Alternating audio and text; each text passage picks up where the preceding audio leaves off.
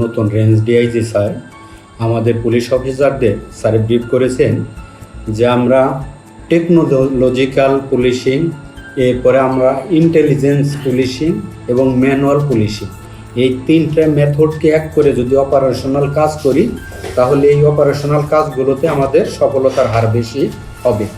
স্যারের সেই নির্দেশনা মতে আমাদের মাননীয় এসপি স্যার, নড়াইল এসপি স্যারের দিক নির্দেশনায় সার্কেল স্যারেরও আমাদের গাইড করেছেন। আমরা একে ধরার জন্যে আমরা মূলত দীর্ঘক্ষণ ছদ্মবেশে, আমাদের প্রাপ্ত তথ্যের ভিত্তিতে ছদ্মবেশে আমরা ওই এলাকায় অবস্থান করি। কেউ রাখাল, কেউ মজুর, কেউ রিক্সাওয়ালা, কেউ হকার, এরকম বিভিন্ন ছদ্মবেশে।